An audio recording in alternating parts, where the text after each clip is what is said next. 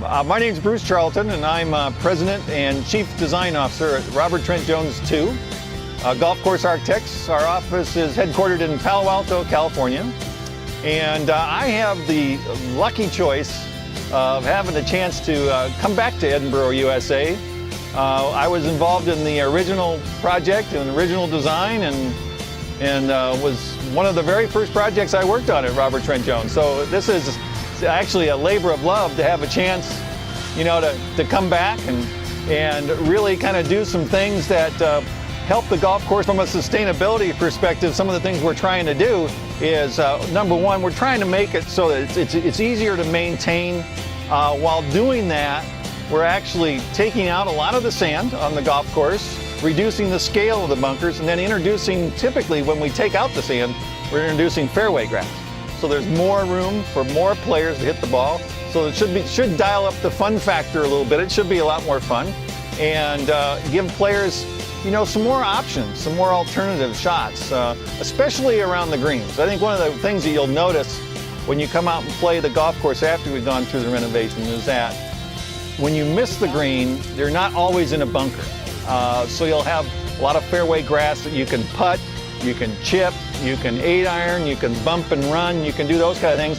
And then, you know, the sand that was around all the greens forced you to play the ball in the air to the green.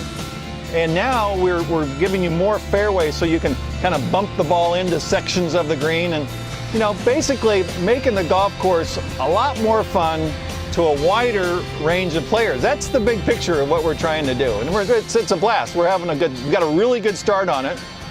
Holes 7, 6, and 5 I've just been out working on this morning, and they're beautiful. They're coming out exactly the way we planned. In fact, a little bit better in a couple cases. So it's exciting. We're very excited about it. Oh yeah. I was involved from day one with Jim Seed and the Seed family, and then the City of Brooklyn Park, Dennis Palm, Park Director, and I think Mayor Kraut-Creamer, is that right? Mayor, we had Jim Kraut-Creamer. Yeah, all those people were heavily involved. Bob Schmidt was involved from the realty side, from Brook Park Realty. His mom, Evelyn. Yeah, it was a great experience. I'm from Iowa, so it was kind of a coming home. You know, I had gone to school in Arizona and now I'm living in California, so it was a chance to come back to the Midwest.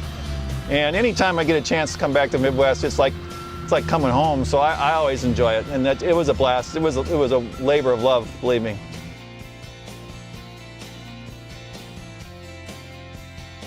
We're definitely trying to make it more fun for the average player and the beginning player. There's going to be more room. But, see, a really good player, if there's bunkers everywhere around a green, they'll hit it in the bunker because they're so good, they can get up and down out of that bunker. So we're actually reducing the size of the sand around the green, bringing more fairway grass on slopes into play. They don't like that as much. They have to use their brain a little bit more. They have to use imagination and try to figure out how to do this.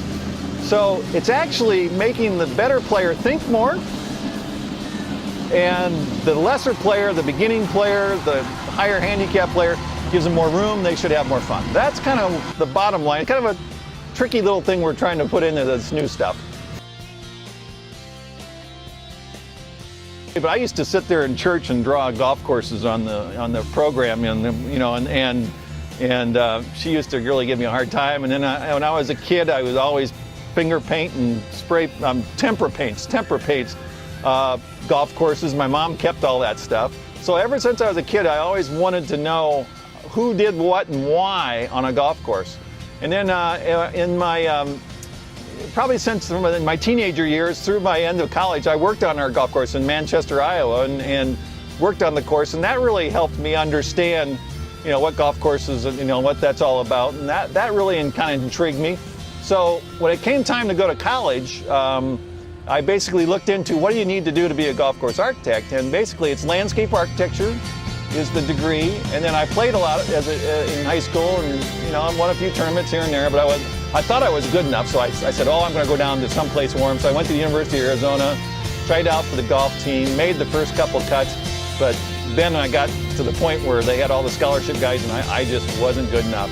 And I just couldn't play the game the way they play it, and realized it that was good. I realized it early, so I could focus on my school. I had 5 years landscape architecture degree at University of Arizona, and then right after that, basically within 3 or 4 months of graduating, Mr. Jones had an opening, and I went out and interviewed, and so I was in the right place, right time. But that's basically my story of how I got into it, and I've been doing that for, I think I'm in my 34th year now, so I've enjoyed it. It's a lot of fun.